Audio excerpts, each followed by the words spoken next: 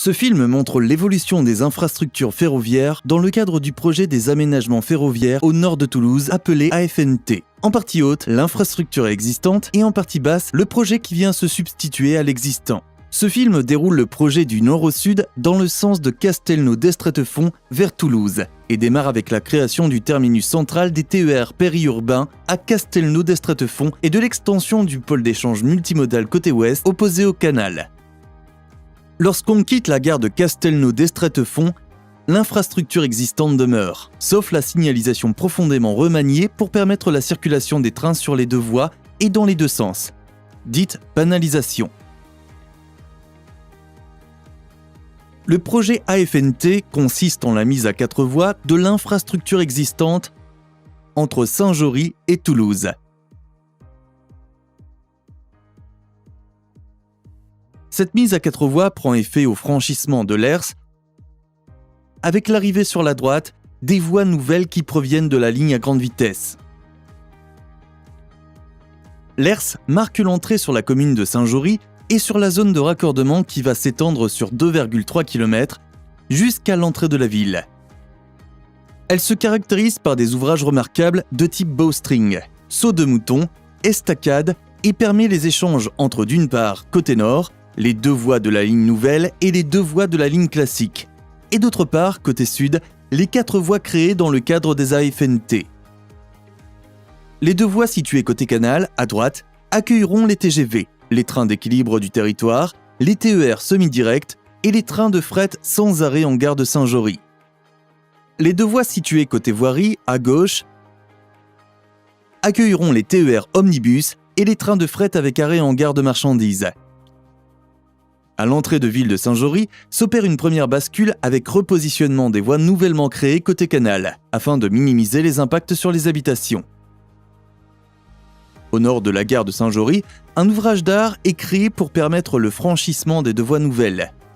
En gare de Saint-Jory, la passerelle existante est prolongée pour permettre une liaison interquartier et le pôle d'échange multimodal est réaménagé et agrandi.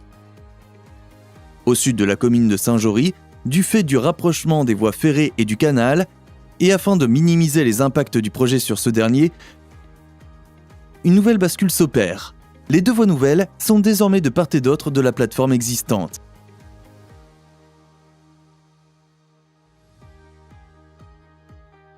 Nous entrons sur la commune de l'Espinasse, qui accueille la gare de marchandises.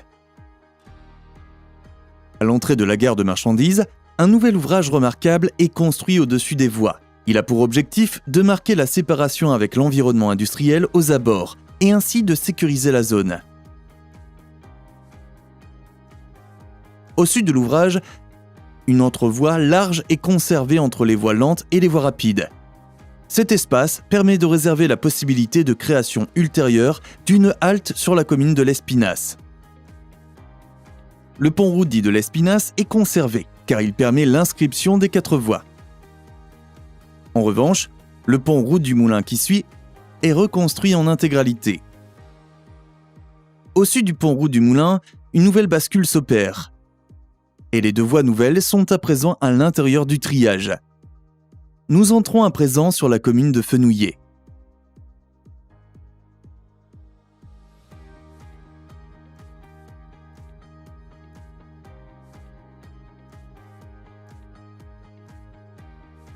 À l'approche de la sortie sud de la gare de marchandises, le projet met à profit l'éloignement des voies ferrées et du canal pour opérer une 4e bascule et repositionner les voies nouvelles côté canal. Au droit du pont-route de Fenouillet, un nouvel ouvrage est créé pour inscrire les 2 voies nouvelles.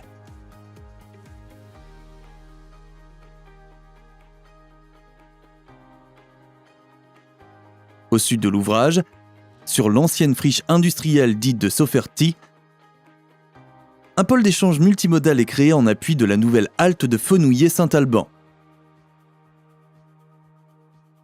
La plateforme existante est désormais une plateforme à 3 voies ferrées avec l'adjonction d'une 3e voie dite de liaison entre Saint-Jory et Toulouse-Matabiau. Il n'y a donc plus qu'une seule voie nouvelle à créer. Celle-ci se situe au départ côté canal et bascule côté est au nord du pont-route de La Courtansour qui est reconstruit. Le projet entre enfin sur la commune de Toulouse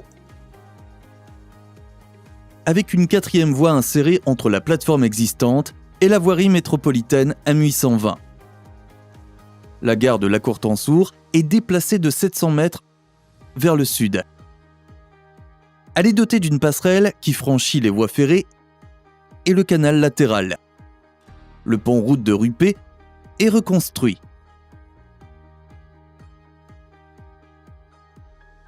Le pont-route du périphérique permet une inscription des 4 voies en partie inférieure, tout comme le pont-route de la Lande. La halte de Lalande-Église est créée avec un quai central et la 4e voie côté est. Au sud de la halte, la plateforme existante est désormais composée de 4 voies avec la présence d'une voie de service. Les 4 voies AFNT s'inscrivent désormais dans la plateforme existante. Le pont-route de Fronton est conservé. La 6e et dernière halte des AFNT est celle de la route de Launaguet. Celle-ci revêt un caractère stratégique fondamental du fait de sa proximité avec la ligne B de métro existante et la future 3e ligne de métro. Elle est équipée de 4 quais pour permettre l'arrêt de tous les TER, y compris les semi-directs. Le projet entre en gare de Toulouse-Matabiau et s'inscrit dans les 4 voies principales existantes. Les derniers aménagements concernent la signalisation et les aiguillages en entrée de gare nord de Toulouse-Matabiau.